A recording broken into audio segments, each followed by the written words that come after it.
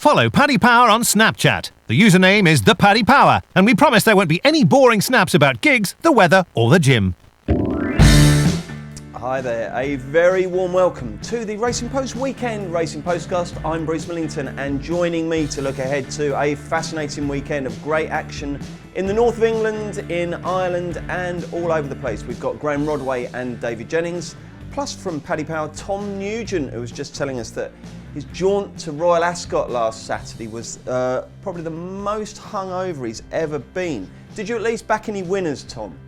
Not even close. Not even close. Oh, it was dear. all in on Thomas Hobson in the last. Oh. And the rest, as they say, is history. That was no good. Now, one of the highlights of my Royal Ascot week was on Friday when I was wandering around the track with my daughter, and we bumped into Davey Jennings and the lovely Aoife. That was so nice to see you, DJ. And that was your first taste of Royal Ascot, wasn't it? You going to come back again? Yeah, it must have been a bad week if that was your highlight. Oh, it was? No, I loved it. It was brilliant. We had fun, it was didn't magic. we? Yeah, it was magic. Yeah, I really enjoyed it, and it's great. It's great to see something done really well, and I think Royal Ascot do things really well. Like, it is as enjoyable an experience a race car can get, I think. Excellent. It was lovely to see Aoife. Now, before we get stuck into the racing, someone said to me, you must ask David Jennings to tell the story of why he cried on his first date with Aoife. What's all that about, DJ? I cried. Well, Did I cry? Don't think I cried. oh, okay. No. You couldn't believe it. No, I'll tell you what I did do. I sweated incredibly because I was an hour late and she sat in the same place for an hour waiting for me. Oh, I see. And So you sweated the rather than cried. Yeah, I sweated, so it might look like I was crying. But so she sat there for an hour outside the Gaiety Theatre waiting for me. I don't know why. But the romantic side of that story is that is where I proposed. Why are we so late? I mean, you, as we all know, you are punching above your weight colossally. I mean, I can't believe that. Bruce, this is actually quite a funny story, and it involves you, would you believe, right? I was working, so it was 4 years ago, I was working at a race meeting at Navan, and it was one of these days where they watered the track, and then it rained, and 2 horses slipped, I think, and 2 died. And I should have went to the clerk of the course and said, what's the story, what's going on? And because I was in a rush for the date, I just wrote some shitty intro and filed it, right? And I still have an email from you given out about my intro saying, hi David, I think you're not too bad of a journalist, but this intro was a disgrace. What happened? And I got that while I was on the date. Oh my goodness. Well, yeah, I think it's worked out fine in the end, isn't it? You've turned out to be a fantastic journalist, and you and Aoife are getting married, so that's all good. G-Rod, how was your Ascot? It was bad the first 2 days. Thursday was really good. Friday and Saturday, the less said about those 2 days, the better. It was a complete disaster, mainly because I was so busy. I didn't really get a chance to have a good, proper look. And it didn't stop me getting involved, as you thought it might do. And then, when you lose on a Saturday night and you're like, I just done some money, and I really didn't know what I was doing because I looked at it, and that is even more infuriating. Oh dear, what a shame. Now, so this Saturday's another day, and we will kick off with the big race at Newcastle at 2:05. All the TV action is on early on Saturday on ITV because of the World Cup. So the 2:05 is the centrepiece of their broadcast. It's the Northumberland Plate, sponsored by Stobart Rail and Civils. As you would expect, a fiendishly difficult race, and Tom Nugent set the scene with a show of betting from Paddy Power. Yeah, Withholders are 130 favourite at present. Amazing Red is next in 7-1, 8-1 Higher Power and Lagos to Vegas, 10-1 Natural Scenery, and 14-1 Bar. Now, of course, Withhold is a bit of a postcast hero after Frank the Tank's sensational tip of him in the Cesarewitch last year. I think pretty much everyone who tuned in for that broadcast was on. It was absolutely superb. David Jennings, can he follow up in this one and do a very notable big handicap double?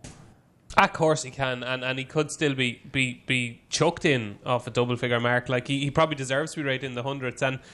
But he's been off. Obviously he goes well fresh, but he's 259 days off. There are a lot of question marks, and when you're backing a horse at that short of a price and such a competitive handicap, I think you'd prefer less question marks. And even Frank, I'd say, at that price wouldn't be telling everybody to lump on. I wouldn't imagine. I haven't been talking to him. I've been waiting on a horse for this race since this race last year.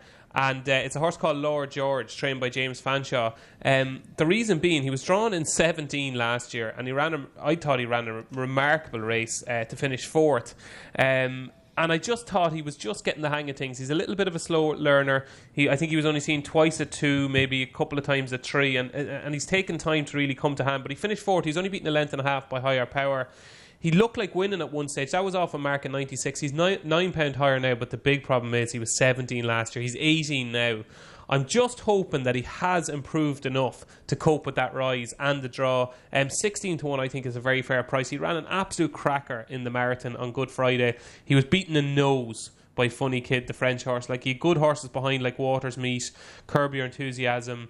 It was a proper all-weather staying contest, and I think 16 to 1. He's gone up to 105, so he'll need to have improved a good bit, but he's been kept fresh for this. And 16 to 1, I think each way, Lord George, is very fair. Graham Rodway, who's your fancy for this race? Well, with Hold the right favourite, it's going to be extremely hard to beat. But when I was looking at this race, I was thinking he's going to be about 9 to 2, 5 to 1. I mean, to say the bookmakers are running scared a little bit of Tony Bloom here, it's an understatement. I mean, the horse is far too short for my liking. I've got to take him on. Time to study for me, Mark Johnston. Time to study, something you didn't have last week. That's true. Yeah, I didn't think about that. Improving young stayer. It was a bit disappointing last time out at York, but they fitted in with blinkers, and it was just a typical Mark Johnson, where he just keeps running them and running and running them. You think, that horse has probably had enough, but then they come out the next time and they bounce back entirely. Before that, he'd been running in like group races. He ran at Sandown, an absolute cracker. He had Weekender just ahead of him, the impressive winner Magic Circle. He was 4th in the Chester Cup, which is among the best form in this race. And I would have had him about 3rd or 4th favourite in here. And when I looked at the prices, he was 20, 25 to 1, which looks massive to my eye. Okay, right. So the lads are taking on the Fav DJ with Lord George at 14 to 1 with Paddy Power, and G-Rod with Time to Study, who Paddy Power make 25 to 1. And it's 5 places as well if you're having each way bets. Tom Nugent, have you got one for us here?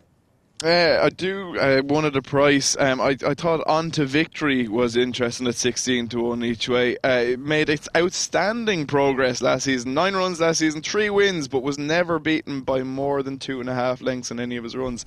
Improved a total of £28 officially. Now, made a good debut in a listed race at Nottingham this season. Got £5 for that. Now, really absolutely bet out the gate in the Yorkshire Cup last time, but I think this will be more suitable. Now, whilst On to Victory might be very much exposed, I thought he'd still be competitive off of 106 at a price. Okay, and obviously that would be yet another big race for the lovely Eve Johnson-Horton, who won the Queen Anne at Royal Ascot last week. So let's take the rest of the ITV card at Newcastle in chronological order. Yeah, 12:20. We don't normally get a 12:20 outside of about December and January. But we do here because of the World Cup, and it is the Betfred Supports Jack Berry House handicap. What's the latest betting, please? Tom Nugent. Yeah, 5 to 1 the field here, Bruce. Ekhtiar's our 5 to 1 favourite. Raucous next in 15 to 2 alongside Staxton. 8 to 1 Shanghai Glory. Volatile like myself at 17 to 2. Golden Apollo 9 to 1 alongside Summer Gand, and 10 to 1 Bar. You strike me as one of the least volatile people I know. I mean, you're very level-headed, aren't you, Tom? Or do you have a hot streak? You've never been out in the beer with me, Bruce. No, that's true. Okay, G-Rod, you can go first. This is a tough race. I was going to just throw a little dart at Summergand, who's improving massively, albeit in a lot weaker grade and a lot weaker races. But there was a race, I think it was 2 starts ago, that's worked out remarkably well. I think it's thrown out about 3 winners. So it was actually a decent race for that grade. Now, again, we're up another level here. But improving it, and I think it's going to be about a decent price. Should be about 14, 16 to 1. Can continue the progress. 9s with Paddy Power. They've seen you coming. Yeah. But no, each way I could see some game running well. But it's not one of my stronger bets. It's a tough race. Have you got some big ones for us later on? Oh yeah, Newmarket. Yeah. Oh, brilliant. We look forward to that. DJ, who's going to win this? Hopefully Shanghai Glory, Bruce. This ran in the final race on Derby Day at Epsom, and I actually strongly fancied it. It was back from about 12s into 7s, and it was excruciating to watch. My holy God. Oisin Murphy just couldn't get out. Do you remember that horse you backed at Epsom a couple of years ago that was trained by Andrew Bawley? I think it was Barocco. Yeah. It was almost identical to that. Just have a look at the race. Just it was penned one of them in on the inside, yeah? Oh, you're done. Just try and get out. Go on, Oisin, try and get out. And it happened about 4 times. He was beaten 4 lengths by Aces. I think he would have won the race convincingly had he got a clear run. Aces came out and won at Newmarket yesterday. And Shanghai Glory's been left on the same mark here. I think Shanghai Glory is I think 97 underestimates him. He's back in form. Charlie Hill's horse are running well, and like he was third in the Great St Wilfrid last season, and that was off a higher mark. That was off 101. Jamie Spencer rode on that day. He was third to Matmu. He's only beaten 3/4 of a length. He's £4 lower than that mark. Now he's only ran once on the all weather, and that was at Kempton where nothing really went right. He was too keen, but if he copes with the all weather, like 8-1 with Paddy Power. That looks a huge price because I think he's maybe 6 elsewhere. So yeah, Shanghai Glory for me. I just got to pick DJ up on something there because I just written in one of our pieces in the paper. Charlie Hill is struggling for form. Oh, he's one for 27 in the last fortnight, and I've seen some of his horses really disappoint, particularly that one. What was that one at Royal Ascot, Equilateral? The one tell me about it. Yeah, that ran bad. Dirty Scope as well. Dirty yeah, Scope. he did Dirty Scope, but I think he's at 8 seconds in the last 8 days or something. That's not bad, is it? No, you see, well, you know, you can use stats to prove. Groveman was beating a short head. I think if they're getting placed, well. DJ. It's funny because I had this discussion with someone on Live Tipster yesterday who emailed me in Race Day Live, and they said, well, how do you count a trainer being informed? Does he have to be over 30%? Does he have to be under 10% to get into the signposts for hot trainer and cold trainer? I think the place terms are we adjusted them, didn't we? But it got quite. Still didn't manage to get Jim Bolger to talk to us about it. He still wants it banned. It got quite detailed in the end because it we were saying, well, what about if it's a trainer who hasn't got the quality of horse? You know, but that's a very he could good still point. have a bunch of horses running well, but he might be 0 and 30. Well, they've got run to form ratings, haven't they? Yeah. We do provide them. Okay, so are you telling DJ to calm himself down over that, or DJ, are you batting that away with all those seconds? Because I knew that he would have done it if I said that. Has G-Rod deterred you? Yeah, he kind of has, but there's a horse that ran at Chepstow, I think last week, called Groveman, who was the moral winner of the race, couldn't get a run, was beaten in nose, I think, on the line. Okay. And I just think a lot of his horses have run well. I wouldn't be worried about stable form at all, and I think Shanghai Glory will win. And Tom, who's your pick? Yeah, if there was a race on ITV tomorrow to give a miss, this would be it for me. But I thought Volatile was slightly interesting if I had to have a bet. On the go since January even, and has been quite consistent since, albeit now in Midland Company, I think in Class 3 and 4 handicaps. This is a Class 2. Needs to be very handy or absolutely gunned from the gate, and then he has a chance. Last one off 89, so he's obviously competitive off a 90 still. But I'd be very reluctant to part with money, to be honest. Okay, the 12.55, the Betfred TV Chip Chase Stakes doesn't get much easier. 4-1 the field here, Tom. Yeah, Kimberella tops the market at the moment. Dream of Dreams 11-2 next in. Never Back Down 6-1. Intisab 13-2. Yafta 15-2 and 8-1 bar. And you can go first, Tom Nugent. I thought I thought at the price I might just take a chance with Never Back Down, rather. Might be capable of improving again from the Newbury win the last day in first time blinkers. Hopefully the blinkers bring on another little bit of improvement. There are a few questions to be answered, but I thought he was interesting. Never Back Down for me. Graham? I like Mark Johnston's again, card sharp. Ran in the Guineas, had very little chance of winning that, not least because he didn't stay. But I mean, that was a red hot race, throwing up loads of winners, including Card Sharp himself, who won nicely at Salisbury over 6 furlongs 2 runs ago. And then again, he pitched him in Group 1 level last time, Royal Ascot, down the field. I mean, that he's not quite up to that grade, Card Sharp, but this is more like it. I think this is a Group 3, and it's 6 furlongs. It used to be 7, this, I'm sure, but I think they changed it because it clashed a bit with the criterion, which is obviously on the same day. So 6 furlongs will suit Card Sharp. Okay, and I'm never worried about those form figures. 1 and 0 is fine, isn't it? Almost encouraging, actually, with a Mark Johnson. With a Johnson runner, it's great, isn't it? Yeah, you just know they're gonna bounce back at some point. Definitely. DJ, what's your view here on the 12.55?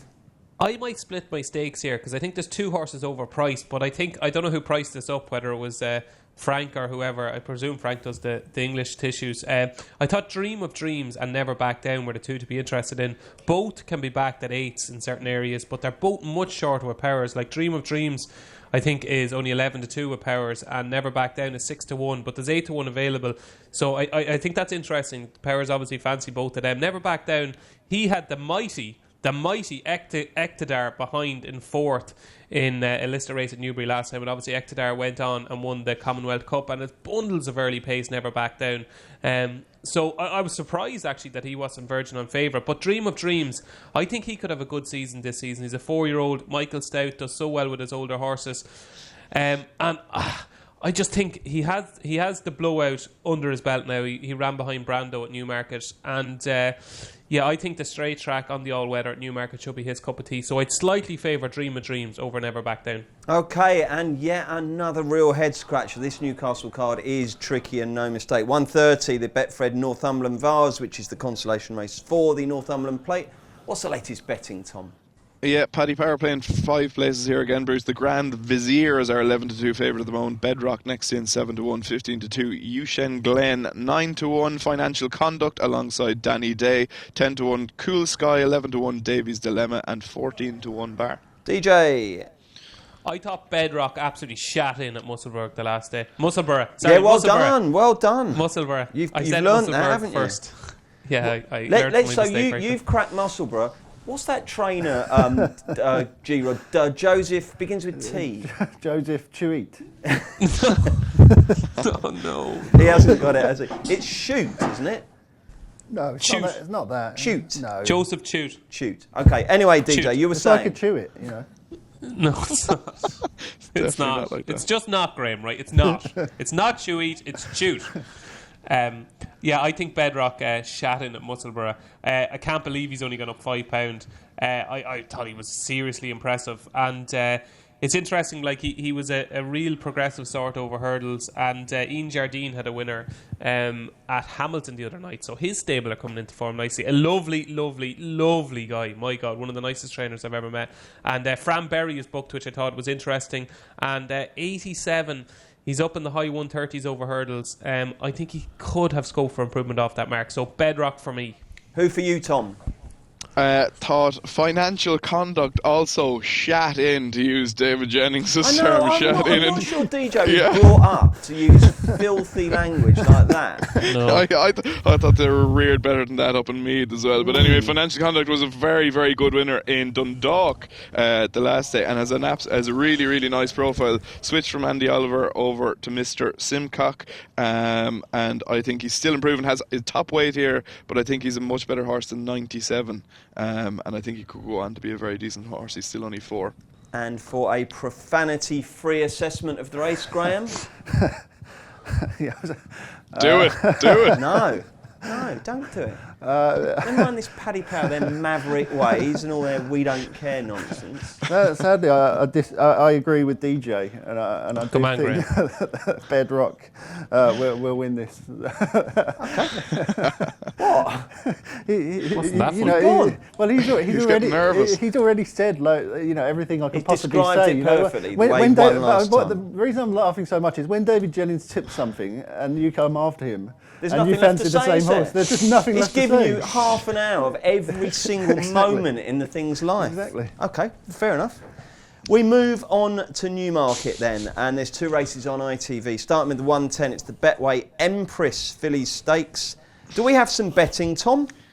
Sadly, we don't. We don't at the moment. But I'll tell you who I fancy if you're willing to. If anyone cares, I'll just tell you anyway. I won't even let you stop me. I thought El Heidi ran a very nice debut in Haydock the last day. Now, whether she's up to listed class or not is a different story. But I thought she's a nice filly to go forward with. It'd be interesting to see what price she goes up first show. Okay, now then, G-Rod, you were promising us strong fancies at Newmarket. You better go before DJ, just in case they're the same as yours. And giggle and tell us the name of the horse. Who are we going for in the 110? The 110. No, we're going to be at Newmarket, so I'm hopeful that we can come home with a few winners. And taking the kids? It should be a cracking day. A great family enclosure there. Have they? Yeah. Bouncy. So the 2 FA handbook things for kids are bouncy castle of face painting. Yeah. What else do they? They have a huge playground, in the July course. This is not the Rowley Mile. The July course is a huge playground, which will be absolutely rammed tomorrow because of the weather's amazing. But it's still beautiful there, so I'm looking forward to it.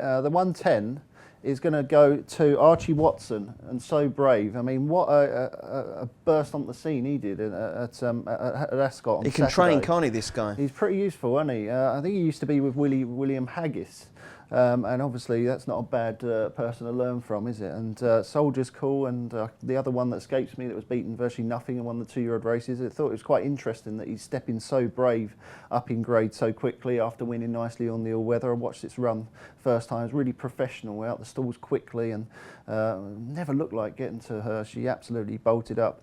And I thought she was a massive price at around 8-1 when I had it. When I priced it up, I was thinking she was going to be about 5s, and I'm hoping that she's still around 8s, because I just had a quick glance at the app and seen that a couple have shortened her up already. Okay, DJ, what do you like here in the 110? I'm going to take a chance on a huge price one here on the stage for Ed Walker and Liam Canary. I was really, really impressed with her debut at Kempton. I thought she won with tons in hand, and I really fancied her to run well in York, and so did my esteemed colleague Paul Keeley, who put her up in his tipping column.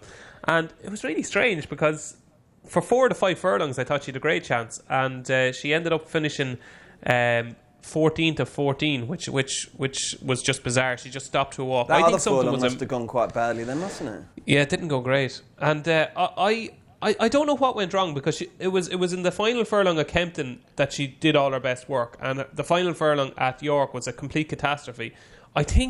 I still believe my eyes from the Kempton performance, which I thought was really good. She's a huge price. I think she's 18-1 or something like that, maybe 20s. So I'm just going to give her one more chance, because I am, as you well know, the forgiving type. She definitely pulled too hard that day Okay. at York. She was far too free. I think that they could put a hood on her here. So I think they might have done that. No, sorry, that might be a different horse. But if she does settle, she's got a big chance. But I just want to tell you why Keels would have tipped this horse. Okay. He loves this family. This is like a Swiss spirit out of all those great David Ellsworth horses. Oh yeah, the really fast What's ones. the thing that won Lancashire Oaks? Yeah, Barsheba. He loves David Ellsworth. Yeah. That's why he would have tipped this horse. He would have loved this family. Okay. It's a half-sister to Projection as well. Right. Well, he might still tip it. You're talking like he's retired or something. Yeah. I've got his copy. I can't remember. You can't remember? No. No, Okay. he wouldn't be as forgiving as me. He wouldn't have tipped it. Well, in that case, let's move on to the 145, the Betway Criterion Stakes. Have Paddy Power deigned to offer some prices here, Tommy boy? Sadly not What's at the going moment. on? There's some sort of a glitch in the Is matrix, there? I'm guessing. I'd say they're just down for a minute. I'd say they'll come back up within Tell the us who hour. you think will win then, Tom. Thought this was Sir Dancelot's chance to win a group race. Bet out the gate again at Ascot the last set, but I just thought this might be, although on ratings it looks extremely competitive. Dutch Connection 112, Larsham Lad 111, there's about 4 of them on 111, and Lake Vodka's 110. I thought this might be just Sir Dancelot's opportunity to win a group race, so he'll be the one I side with, I'd imagine. Okay, Tom likes Sir Dancelot's chance a lot. David Jennings, who do you like? I'm just wondering, are you actually allowed to say, Tom, bet out the gate anymore? Because there's been so many people at racecourses bet out the gate, literally. So That's I an just English wonder, thing. is that We can say I it, don't we know can what say he's it on in about. Ireland. Jim, what's he on about? What does he mean? This must be an when you Irish say a term. horse bet somebody out the gate, it means it physically punched them out the gate, actually. Like, get out, like, as in. Isn't that where it comes from?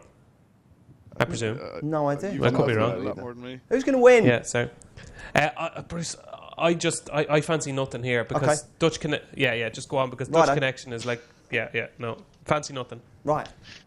This is an interesting race because Dutch Connection is different class on his day. It's But horrible. obviously Charlie Hills is bang out of form, as I've already said. And he was very disappointing last time. He's had lots of seconds lately. Dirty scope, is that? Dutch Connection wasn't one of them at Haydock. He was very disappointing, having run an absolute stormer in the lock-ins, splitting Accidental Agent, who was 6th, and Lightning Spear, who was 3rd in the Queen Anne. Dutch Connection was 4th. He loves 7 furlongs, he loves quick ground, but I can't have him with the stable, with that run last time. Maybe he just had a hard race, but I've got to be taking him on at price. He's going to be favourite. And it's quite interesting because the way this race could be run as well, I get really confused about the way the draw goes at Newmarket on the July course, because they number the stalls from inside to out, and what you think is the inside of the course at Newmarket's July course is actually the outside.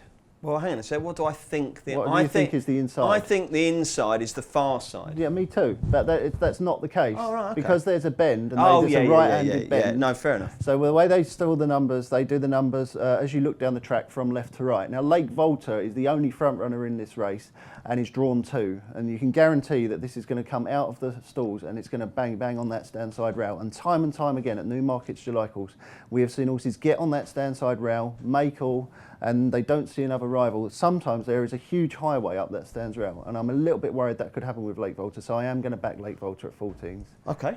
But the bet is So Beloved, Oh, right, there's more. who was down the field in the Queen Anne. So who are you backing there? Sorry. I'm completely lost.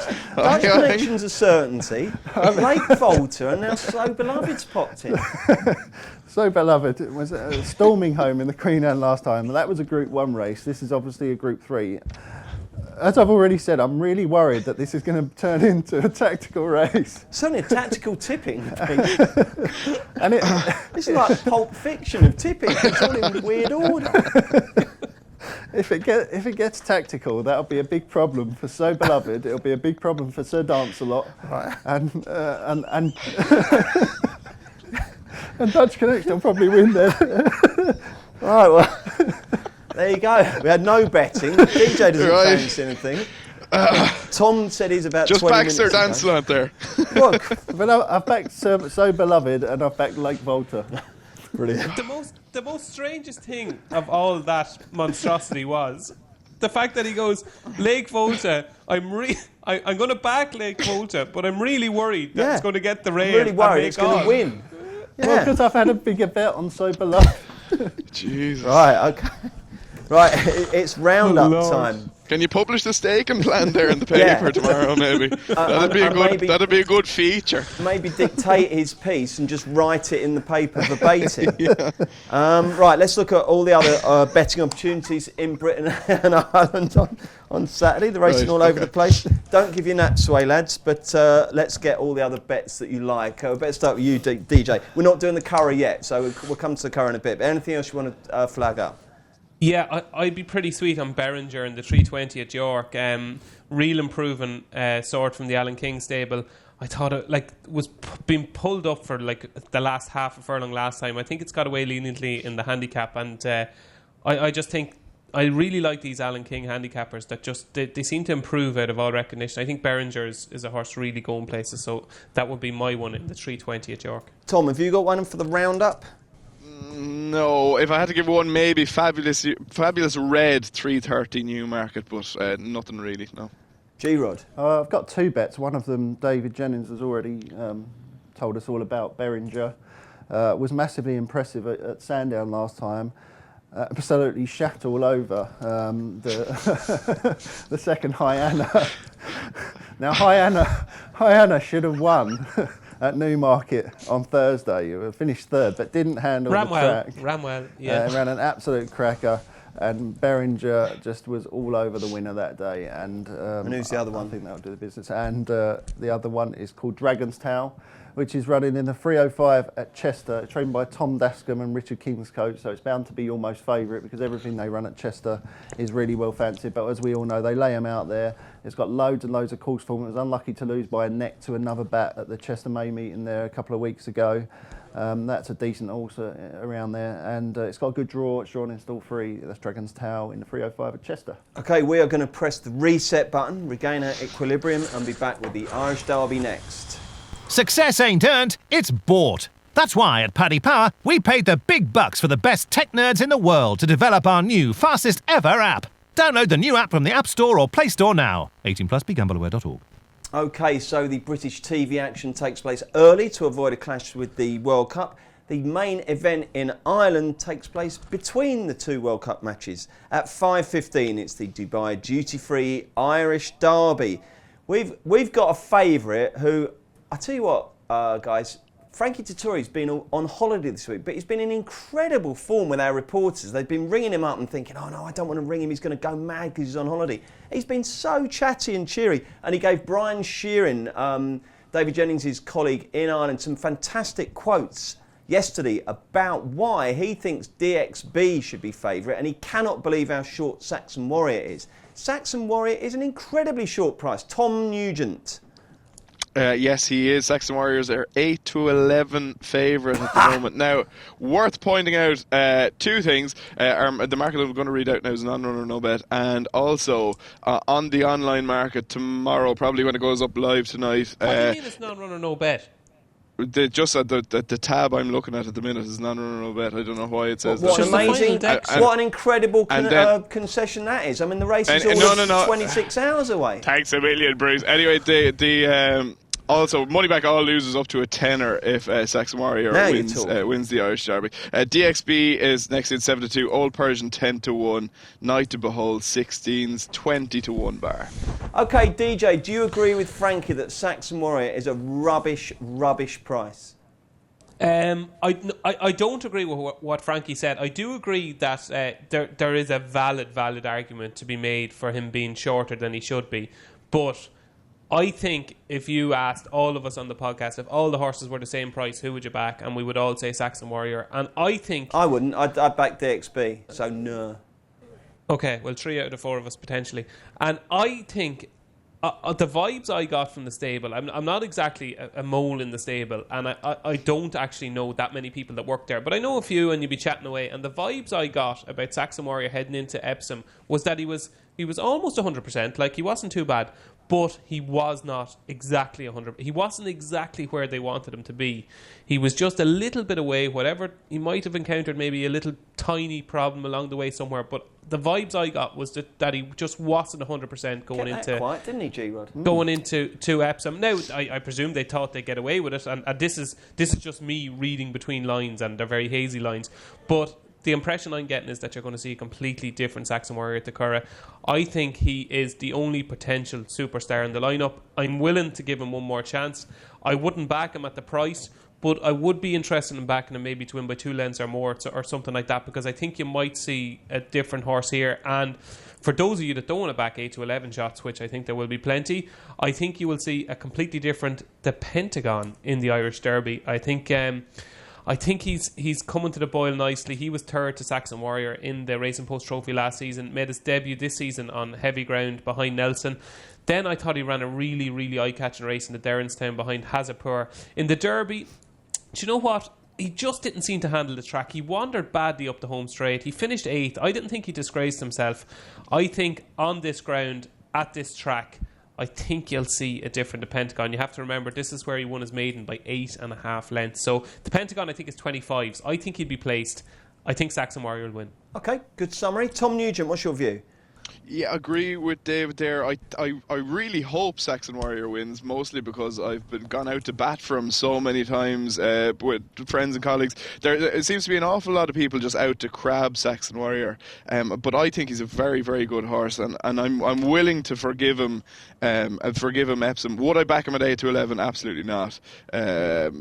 The horse that, if I was to have a bet, I'd probably back Latrobe each way at 20-1 at the minute. There will probably be a betting without the favourite market that will go up at some point overnight. But Latrobe has been very, very well touted out of Joseph's for quite a long time.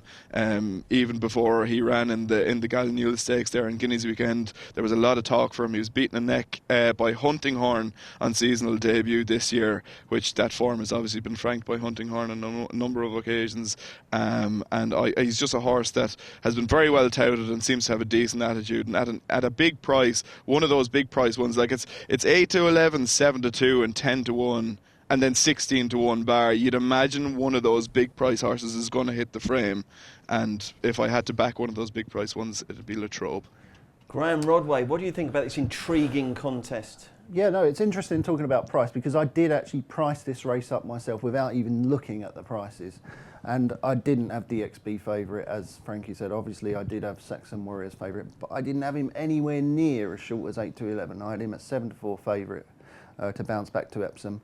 And I had DXB in at around 7-2, which he is. Which obviously means I must have huge amounts of value at bigger prices, and there is. And I obviously rate the Royal Ascot form a lot stronger than some of the odds compilers do, because I had Old Persian as a single figure price, and that's around 12-1 now. But the one I've backed is the second in that Royal Ascot race, Rostropovich.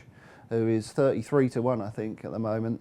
I had this around 12-1 in my market. I mean, it was staying on really strongly behind Old Persian. I don't really think that race was run to suit. It was a very stop-start gallop, that Royal Ascot race, and I mean, with loads of Aidan O'Brien stayers in this race, it's going to be an end-to-end gallop almost certainly. These races always are when Aidan O'Brien runs loads, and I think Rostropovich will really improve for a strongly run race at the trip, and I can't understand why he is such a huge price at 33-1. I would have had him a lot shorter. He's not going to be sacrificed, is he? Who's likely to cut out the running, do you think, DJ? I would imagine that you'll have the likes of, Delano Roosevelt. Yeah, they held up Delano in Royal Ascot, but he didn't seem to enjoy that. Yeah, like there's plenty there that'll be up with the pace. The likes of, like DXB won't be far away. Delano, they'll probably sacrifice Delano maybe, potentially. So you've got a 33-1 stunner for us, G-Rod, and what's he called again? Rostropovich. You pronounced it perfectly both times. The 455, can't be the 455. The Irish Derby's off at 5:15. What's going on here? 4:35. 4:35. It's the gain. Railway Stakes. Who's going to be the star on show in this juvenile contest, DJ? I don't know, Bruce. It's a tricky race. There's no standout performer. Ryan is obviously on Van Beethoven, and that will sway the market towards him. He was completely on the wrong side at Ascot. You know, he was completely on the far side in the Windsor Castle, won by Soldiers Call. Sabro was second, and I have to say, again, similar to Saxon Warrior, I think he's the best horse in the race, and if they're all the same price, I'd probably back him. But he's probably not going to be any value, and he's going to be overbet because Ryan picked him over Landforce and North Wind. But I do think he's the most likely winner. It's really boring, but I'd go for Van Beethoven. That was really boring. G-Rod. It's funny because before we came on air, Tom said, I think Landforce will be favourite for this race. And like I say, I priced these races up and I had Landforce as my favourite before any jockey bookings came in. Okay. And then all of a sudden the jockey bookings came in and Ryan is not riding Landforce, he's riding the other one, Van Beethoven. And he's ridden that all 4 starts. And I think Donica is riding Landforce, and he was on that 2 starts ago, but Ryan rode that at Royal Ascot last time. It's an absolute two-horse race for me. The rest of them don't look any good, or they could be anything, but on what we've seen so far, they don't look anywhere near the Aidan O'Brien pair. And you can make a case for both Aidan O'Brien horses being unlucky at Royal Ascot. They were both on the wrong side. But you would have thought that the Group 2 form of Landforce is surely stronger than the Windsor Castle form of Van Beethoven. But maybe Ryan knows something that we don't. That's why he's chosen it. It might have just been a really difficult choice, mustn't it? Sometimes they must they've got to pick one and they don't always know. Maybe he just likes Van Beethoven more. He's ridden him every single time, and Donica was on the other one. But you're prepared to take that on, are you? I don't think it was a good Norfolk. I'll be honest with you. I thought Vintage Brute completely bombed out. I just thought they all finished in a heap. I think the first 5 were separated by less than 2 lengths. Pocket Dynamo was second, 20-1 shot for Robert Cowell. Rumble in the Jungle was fairly... I don't know. I have serious question marks about the Wesley Ward horses didn't seem to be running that well or that fancied all week, and he won it, so maybe it wasn't that strong. But at the prices, I would have to back Landforce nevertheless. At the prices, even though we don't know what they are. I'm assuming at the prices... At the assumed prices. At the assumed prices, Ryan is going to be odds on here, surely. OK, and Tom, what's your view on the railway? Yeah, I think Graham makes a fair point there about Van Beethoven probably being overbet. Obviously, I'd say the decision is probably coming from the Marble Hill, where Van Beethoven was second and Landforce was third a neck. But at the prices, I would say you'll get a fair bit of value for that neck of form possibly being overturned, and if I had to pick one, I'd probably back Landforce just because Van Beethoven would be too short. And it was only in the dying strides that he lost by a neck as well. I mean, Landforce was in front right the way up into about the last 2 strides when Van Beethoven come and got him. So. OK, Steve Palmer is currently sunning himself in Mauritius. He's gone away for his 40th birthday. Happy birthday, Steve. But we've still got him singing, so here he is. This will not be beaten. So, the Saturday Naps. Graham Rodway, lead on. 110 at Newmarket, So Brave for Archie Watson. OK, DJ? 4 o'clock, the Curragh, My Mystique. OK, and Tom Nugent. 1:30 Newcastle, Financial Conduct. Lovely stuff. Back with Sunday next. Check out Paddy's Rewards Club. Simply place 5 bets of £10 or more across any sport in a week, and you'll get a free £10 bet then next week. T&Cs apply. 18 plus. BeGambleAware.org. Okay, welcome back. It's Bruce Millington, Davey Jennings, Graham Rodway and Paddy Power's Tom Nugent looking ahead to the Curragh on Sunday. The first race we're going to look at is the 255. It's the Grange Stud Stakes. The last 2 winners of this, Roly Poly and Clemmy, went on to prove themselves as Group 1 performers. Davey Jennings, who's going to cross the line in front this year? So Perfect. She is going to be short. She was 4th in the Queen Mary, and Gossamer Wing, stable companion, bigger price, 25 to 1 was second. But So Perfect, I thought, ran a lovely race. Was beaten 3/4 of a length into 4th. Her form, obviously, before that, she was only 4th to Surveillance. She was 4 to 9 that day. What's very, very rare, and she has done, she was a winning debutant for Aidan O'Brien, which is very rare this season. I think his stats on first time out winners are very, very poor. They tend to take a massive leap forward. She's got the best form. She looks to be the best filly in the race by a considerable margin. Again, she won't be a big price, but I think she'll win. Tom Nugent, do you think she'll win?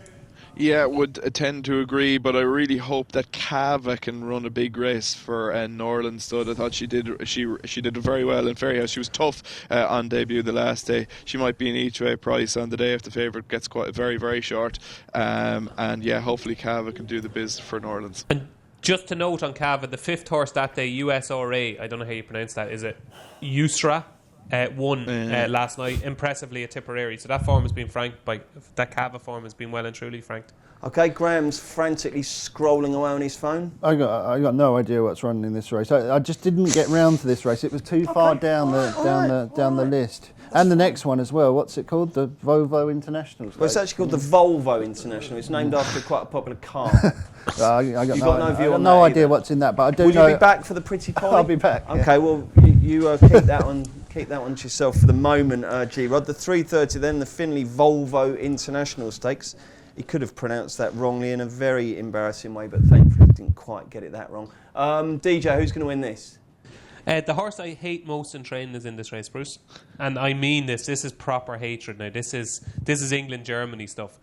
Yucatan is horrible. He's just, oh my God, he's just completely fallen out of love with the game. If you would have told me at the start of the season that Yucatan would be running this Group 3 and that he would be anything bigger than even money, you'd say, what is going on? Like, he looked a really exceptionally promising colt, and it has just descended into He's gone from Yucatan disaster. to Yakatan, has he? Yeah, I like that. That's good.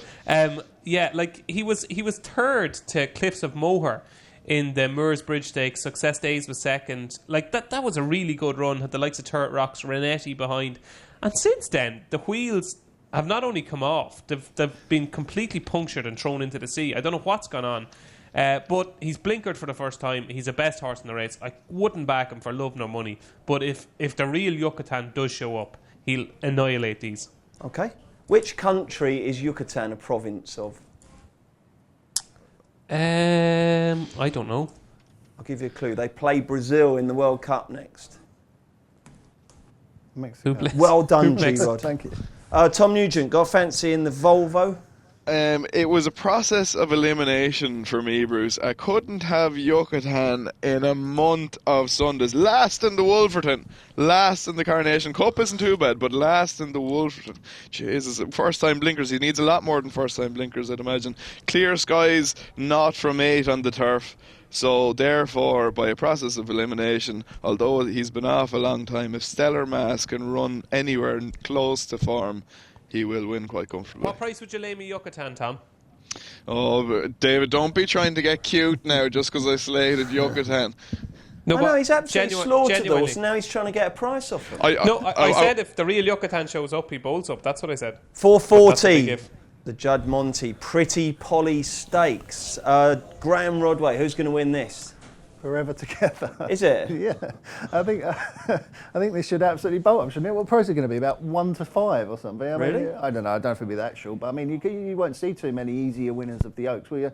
I suppose the only thing that might worry you a little bit is the ground.